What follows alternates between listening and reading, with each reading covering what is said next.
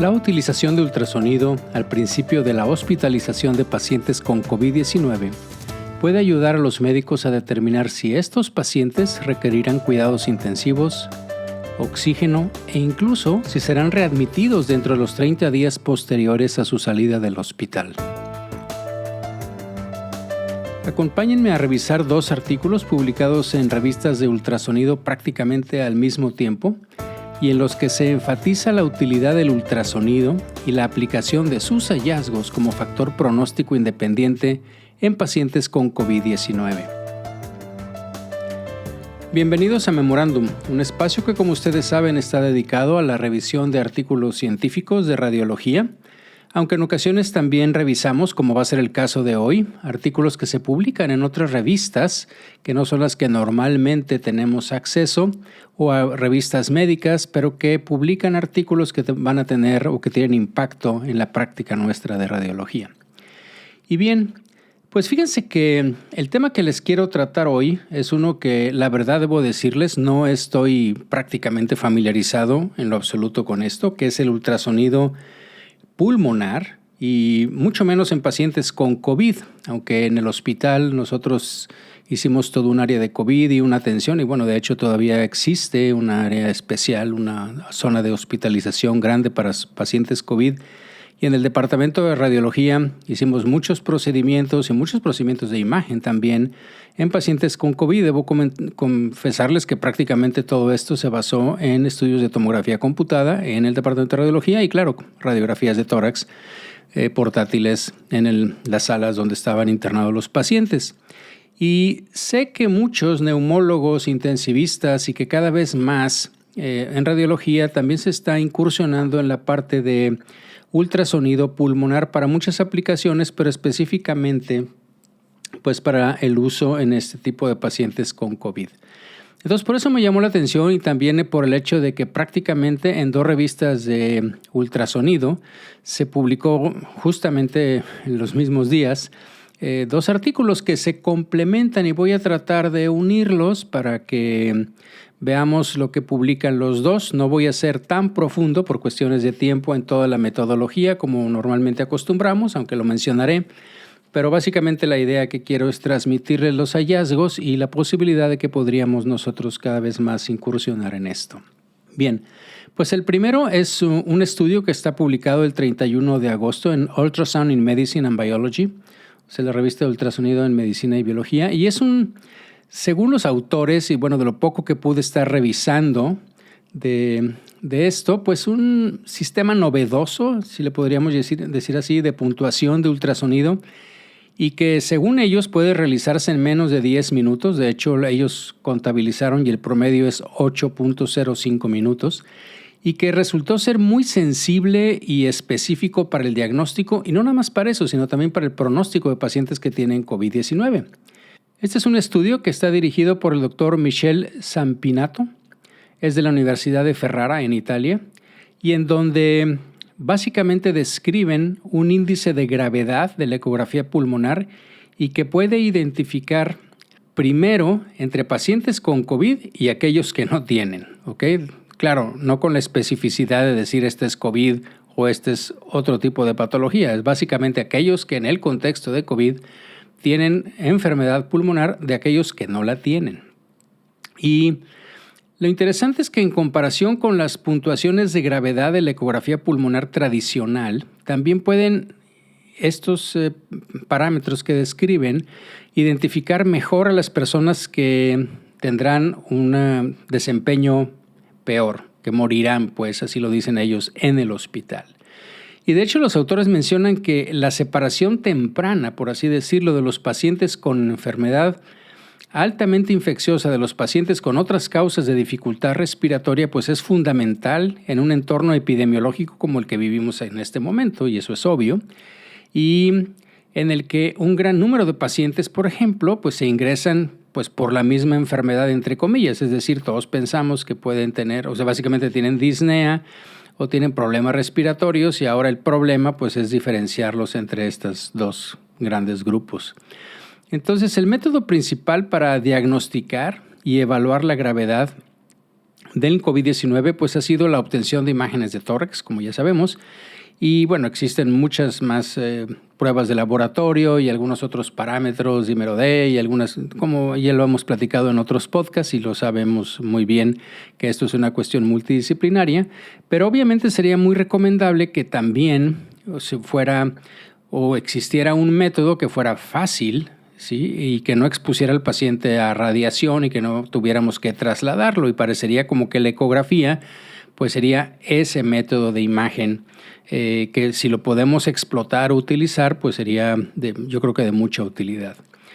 Y entonces también se menciona que los estudios, pues normalmente o con mucha frecuencia se basan en un sistema de puntuación que básicamente ignora la apariencia ecográfica en las neumonías por SARS-CoV-2. Creo que lo que sabemos del CORADS y las otras puntuaciones que existen, pues prácticamente no involucran al ultrasonido como tal, y este es un grupo obviamente que está muy orientado hacia la utilización del ultrasonido, ¿no? Y los autores dicen que esto pues seguramente se debe a diversos factores. Y la otra situación es que ya cuando entran a disecar la razón o la manera como esto se puede evaluar, pues resulta ser que las formas que hay para reportar, para identificar los hallazgos son como complejas y de alguna manera muy diversas, ¿sí? Y como existen muchos patrones que podemos identificar, la voy a revisar con ustedes porque, como les digo, no lo tengo presente. Así es que voy a estar cambiando entre algunas tablas y artículos durante la plática que tengo ahorita con ustedes para ir describiendo lo que se menciona, ¿no? Entonces, para definir mejor la coexistencia de diversas patologías pulmonares en la misma localización pulmonar, los autores desarrollaron lo que ellos le llamaron un índice de gravedad de la ecografía pulmonar. Y esto se puede utilizar para evaluar la calidad y la cantidad de afectación pulmonar en pacientes que tienen dificultad respiratoria y que han sido ingresados por sospecha de COVID, así como para ver si van a tener o cómo va a estar su mortalidad intrahospitalaria. Fíjense que este es un ensayo, un estudio de 159 pacientes con un diagnóstico probable de neumonía por SARS-CoV-2, de los cuales fueron 105 hombres, 54 mujeres y con una edad promedio de 64.6 años, 65 años, y que, bueno, a ellos se les hizo este índice que ahorita les voy a platicar cómo lo hicieron. Y básicamente se encontró que en estos pacientes había COVID, pues, en el 63.5% de todos los pacientes analizados. Y bueno, en comparación con los casos que no tenían COVID, y como parte de los resultados del estudio, los pacientes con COVID-19 tuvieron una tasa de mortalidad más alta, de 18.8 contra el 6.9 de los que no tenían. Y lo importante fue la puntuación más alta en el índice de gravedad de la ecografía pulmonar, 16.14, digamos 16 contra 10. Y bueno, este índice que ellos mencionan lo compararon, ellos le llaman como el índice de gravedad de la ecografía pulmonar. Lo que hacen es una suma de otros valores que ya existen y son los que les voy a platicar. Pero déjenme decirles primero cómo es que hicieron déjenme salirme de aquí, cómo es que hicieron el estudio. Fíjense que primero al paciente la hicieron como líneas imaginarias, sí que fueron 4 líneas imaginarias. Los voy a describir. Ahí vienen unas fotografías del paciente. Obviamente el paciente es un paciente pues no con dificultad respiratoria, es un voluntario, supongo yo. Y en donde imaginen una línea que va del borde external, ¿sí? Lateral external, hacia la línea axilar anterior. La otra es la línea axilar posterior y la otra es una línea que va en la espina dorsal, ¿okay? En las apófisis espinosas. De tal forma que entonces tenemos esas 4 líneas que forman 3 áreas, ¿ok? Una que estaría entre el esternón y la axilar anterior, la otra entre el axilar anterior y la axilar posterior, y la otra entre el axilar posterior, esa otra zona, y la espina dorsal. Y bueno, esas 3 zonas las dividieron en una parte superior, por arriba del tercer espacio intercostal, en lo que corresponde a la vista anterior y lateral, y por arriba del borde de la escápula y la zona inferior, de tal forma que cada hemitórax tiene 6 zonas, ¿ok? Separadas por esas 3 áreas, y cada una de esas 3 áreas que les dije, pues es la superior y la inferior. Y lo mismo hicieron pues con el otro hemitórax. De tal forma que en total pues hay 12 zonas que ellos tienen que reportar, ¿ok? Y después fíjense que lo que hicieron fue, lo reportaron de acuerdo a un consenso internacional que yo no sabía, pero bueno, me tocó revisarlo y leerlo, lo voy a platicar ahorita con ustedes, que está publicado desde el 2012 y es básicamente sobre ultrasonido pulmonar, es una conferencia internacional del consenso de ultrasonido pulmonar, que está publicado por Volpicelli en 2012. Y básicamente los hallazgos son los siguientes. Si ustedes, bueno, déjenme decirles, ellos hicieron, como lo hicieron en urgencias, el transductor que usaron es un transductor convexo, no un transductor lineal. Y de hecho ellos dicen que eso tiene ventajas, ¿ok? Porque el transductor convexo, al tener en general mucho menos frecuencia, pues tiene menos atenuación o menos pérdida de la señal y por lo tanto permite una mejor visualización de prácticamente todo el pulmón y de los hallazgos pulmonares, ¿ok? Pero déjenme decirle cuáles son esos hallazgos. Primero es lo que le llaman un patrón de líneas o patrón A, que son lo que se llaman las líneas A. ¿Ok? Esas líneas A no son otra cosa más que si ustedes ponen el transductor, que es lo que típicamente haríamos, si prácticamente nosotros, si me lo ponen a mí, le digo, pues no se ve nada. Yo a veces he utilizado el transductor lineal para pulmón, pues obviamente para hacer toracocentesis y demás, a veces para puncionar una lesión que está básicamente subpleural y que lo puedes ver muy fácil por ultrasonido. Pero fuera de ahí, si tú pones el transductor, pues básicamente no ves nada. Pues resulta que sí existe algo ahí y se observan esas líneas A, que son líneas de reverberancia, que típicamente se presentan 3 o incluso más, y que si solo vemos esa, pues eso es lo que se llama un patrón A. Esas son líneas A ecogénicas dentro de la parte que no vemos nada del pulmón. Bueno, se ven esas líneas de reverberancia pleural. Cuando tienen esas líneas, que eso es normal, pues le dan un puntaje de 0, ¿ok? Después existen lo que son las líneas B, aisladas. Esto es decir, cuando le ponemos el transductor, pero en lugar de ver 3 o más líneas, vemos menos de 3, 1 o 2 líneas. Eso quiere decir que el pulmón ya no está totalmente aireado, ya tenemos problemas y a eso ellos le ponen un punto. Después existe otro parámetro que es lo que le llaman una consolidación subpleural aislada. Y lo que estamos viendo ahí, imagínense que es el transductor y luego vemos la línea ecogénica normal que vemos de la pleura y después las líneas de reverberancia que vemos, que les dije que son las líneas A, pero en alguna zona no vemos eso, vemos como que se alcanza a ver una parte de pulmón, una zona de consolidación. Hagan de cuenta que como cuando vemos entre las costillas una parte del hígado así muy apenas pegada al pulmón, bueno, pues haz de cuenta que así es como se ve. Y cuando mide menos de 2 centímetros, pues esa consolidación, que así se llama, aislada, le dieron 1.5 puntos.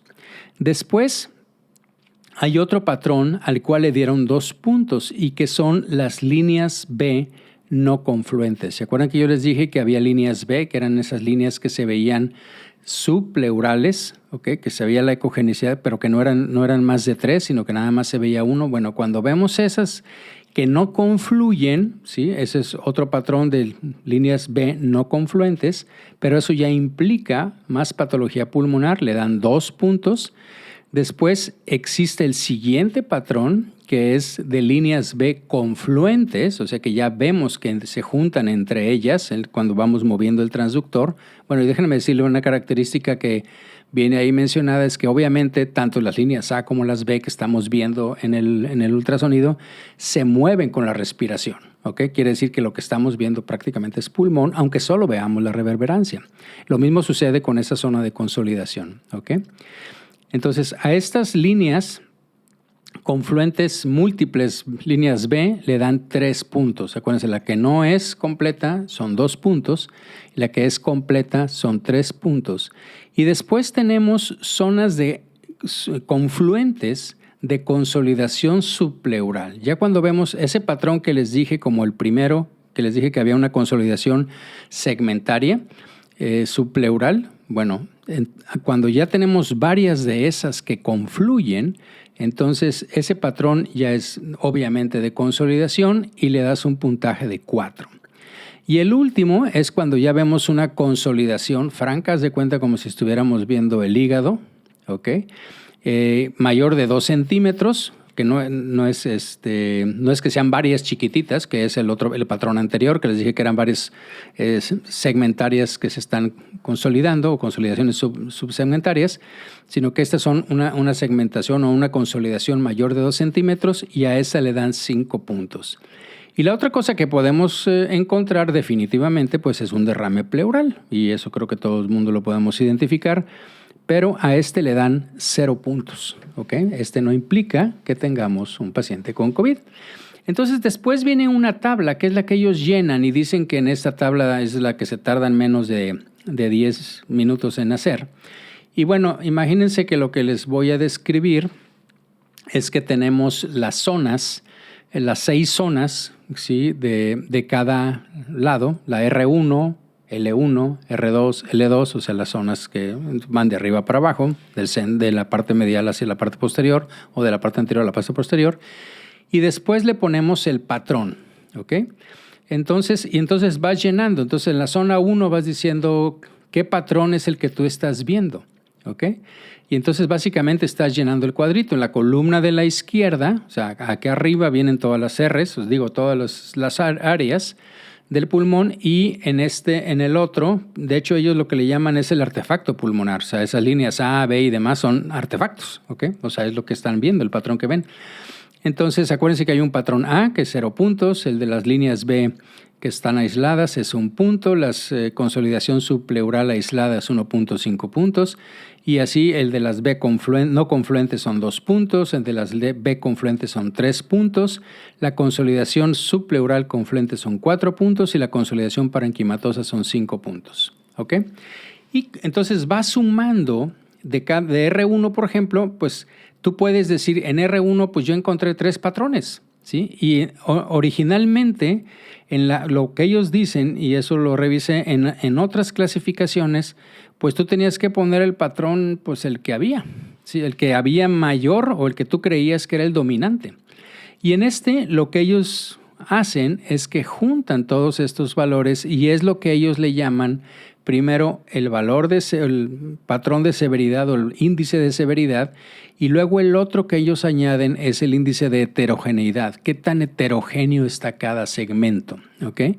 Y entonces hacen una relación, un ratio entre los dos. O sea, suman todo lo que es el patrón de severidad entre el patrón de heterogeneidad, y lo que resulta es un índice, un ratio, un índice, y ese índice es el de gravedad. ¿Okay?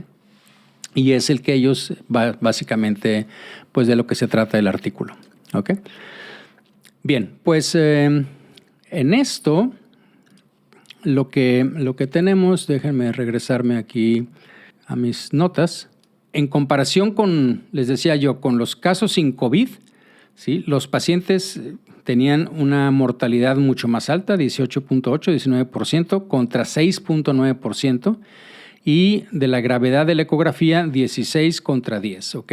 Entonces, este índice que les digo se comparó con las otras medidas, con la puntuación de heterogeneidad y los varios patrones que ya se dieron, ¿ok? Y entonces, las puntuaciones de la ecografía tienen cualidades, si vamos a decirlo así, porque así viene en una de las tablas que presentan, pronósticas para la mortalidad intrahospitalaria. Y entonces vienen varias tablas en el artículo, pero una de las que quizá pues más representativa es donde ellos comparan el área bajo la curva. ¿Se acuerdan que ya hemos platicado de esto en un podcast de cómo interpretar las pruebas estadísticas con Frank? Bueno, pero ustedes también saben que hay la curva ROC de características del receptor o del operador, del observador.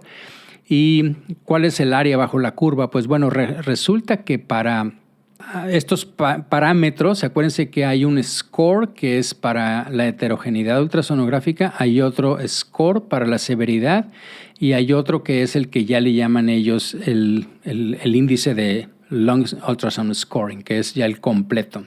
Pues resulta que el área bajo la curva para este último, o sea que toma en cuenta los dos anteriores, es de 0.80. ¿Okay? Tiene una sensibilidad del 90%, una especificidad que combinada más o menos habla del 65%. Y entonces este índice, según los investigadores, pues obviamente incorpora las fortalezas de las otras dos técnicas de puntuación, es decir, el de la severidad nada más y el de heterogeneidad. Y además esto se demuestra porque tiene obviamente mejores valores bajo la curva de ROC. ¿Okay? Entonces, en general, el índice tenía una puntuación de bajo la curva de 0.72 para identificar pacientes COVID-19 y 0.76 para predecir la muerte hospitalaria de estos pacientes con COVID. Esto obviamente tiene mayor precisión que si solo tomáramos los valores de gravedad o de heterogeneidad, como les decía, ¿no? El estudio también, como les digo, enfatizó que el tiempo que se lleva a realizar una ecografía en promedio fue de 8.05 minutos en comparación, pues ellos hacen una comparación que probablemente no sea la más adecuada, pero bueno, porque no es, ellos dice, bueno, con las horas que se necesitan para hacer los exámenes de laboratorio, los hisopos, las tomografías computadas de alta resolución, etcétera. Pues per se sabemos que una tomografía de alta resolución no se lleva más de 8 minutos, obviamente se lleva menos, pero bueno, el traslado del paciente, esperar el resultado, la interpretación, en fin, como esto de aquí, que obviamente pues ellos lo están proponiendo, que podrían tomarse mejores decisiones sobre qué otros estudios se necesitan de imagen, por ejemplo, o de terapia, o cuál sería el outcome, ¿no?, del paciente mediante el uso de esta ecografía pulmonar. Y bueno, si aplicáramos este índice para indicar el alto riesgo que podrían tener los pacientes desde un principio. Y bueno, también los autores comentan al final, obviamente, que se necesitan pues más estudios de validación con una población mayor de pacientes, situaciones clínicas variadas y obviamente pues que haya una correlación con otras modalidades de imagen, porque esto básicamente ellos no lo correlacionaron con nada, simplemente los hallazgos que vieron y cómo les fue a los pacientes.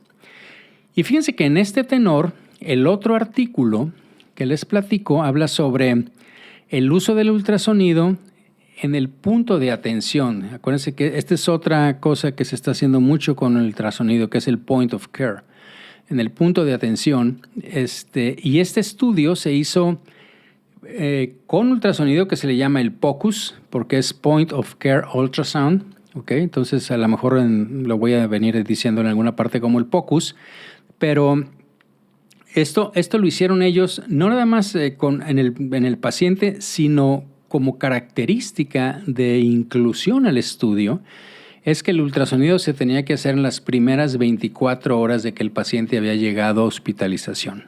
¿Okay?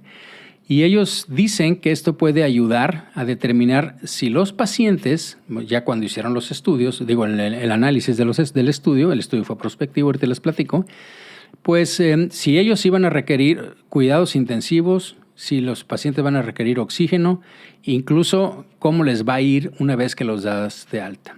¿Okay?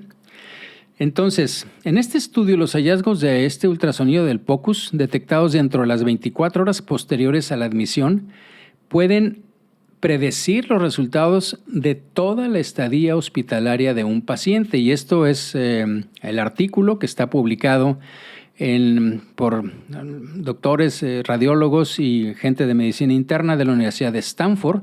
y lo publicaron el 1 de septiembre, hace apenas unos días, en el Journal of Ultrasound in Medicine. Acuérdense que el otro era el Journal of Ultrasound in Medicine and Biology. Este es otro journal que hay de ultrasonido. Y bueno, pues si bien sabemos que las anomalías en la ecografía pulmonar son más comunes en quienes tienen una infección grave por coronavirus, pues se ha realizado al menos, y también lo mencionan ellos, ¿no? Pues pocos estudios para ver si los hallazgos obtenidos poco después de la admisión podrían ayudar a clasificar el riesgo de cada paciente en su internamiento y posteriormente en su evolución. Entonces, fíjense que los autores encontraron que ninguno de los pacientes que tuvieron el ultrasonido normal realizado dentro del primer día de su visita a la sala de urgencias fueron enviados a cuidados intensivos, ninguno requirió oxígeno durante su estadía y ninguno fue readmitido dentro de los 30 días subsecuentes de que lo dieron de alta. Déjenme platicarles que este es un estudio prospectivo. Se realizó en 4 hospitales allá en el área de Stanford entre marzo del 2020 y enero del 2021. El grupo de pacientes estaba formado por 160 pacientes que fueron hospitalizados con infección pulmonar y que se sometieron al Point of Care Ultrasound pulmonar, obviamente. Y las exploraciones, como les digo, se tomaron todas, era un criterio de inclusión durante las primeras 24 horas posteriores a la evaluación del departamento de urgencia. Y el resultado de esto, en parte, es que, como les digo, predecían, ya una vez que vieron los resultados, obviamente no lo hicieron en ese momento, sino una vez que ya lo analizaron, si estos pacientes iban a terapia, si los tenías que intubar, si iban a necesitar oxígeno suplementario y si iban a tener después necesidad de oxígeno incluso después de que lo dieras de alta. Los hallazgos normales en la ecografía pulmonar, además de estimar los requisitos futuros del hospital, pues parecería que también prácticamente garantizarían a los médicos que los pacientes con COVID-19 permanecerían estables después del alta, o sea, si tú haces un hallazgo normal. Y entonces, esto en contexto, ya lo platican ahí, y bueno, algunas cosas las platicaría yo, ¿no? Pero a medida que aumenta el número de pacientes con COVID y los hospitales se van sobrecargando, aunque ahorita ya parece que estamos bajando a la tercera ola, bueno, pues el POCUS podría convertirse en una herramienta, pues yo creo que muy útil, ¿no? Y entonces uno de los autores, André Kumar, que es del Departamento de Medicina de Stanford, y bueno, los coautores de esto, pues dicen ahí en el artículo que la información que podemos obtener a través de esto, pues podría beneficiar enormemente a los médicos de primer contacto, de primera línea, ¿sí? No de primer contacto, me refiero a médicos familiares o médicos generales, sino los de la primera línea que están recibiendo los pacientes, sobre todo en lugares que tienen recursos limitados, pero que están sufriendo de estas oleadas de pacientes, ¿no? En tales casos, por ejemplo, pues el POCUS podría ayudar a los médicos a tomar mejores decisiones de admisión o de alta, ¿sí? Porque en un sentido más alto, pues esto podría ser uno de los varios métodos para identificar las personas que están en riesgo de finalmente tener o sufrir resultados negativos. Y bueno, evidentemente sabemos que hay mucha gente que sostiene que la necesidad de un operador experto pues limita la aplicación del POCUS, y creo que los radiólogos somos de los que más hemos promulgado esta parte, porque prácticamente el POCUS, digamos que nunca lo haríamos nosotros en general, si no está un radiólogo 24 horas en un departamento de urgencia en todas partes, o en las áreas de COVID, por ejemplo, aquí, de lo que estamos hablando.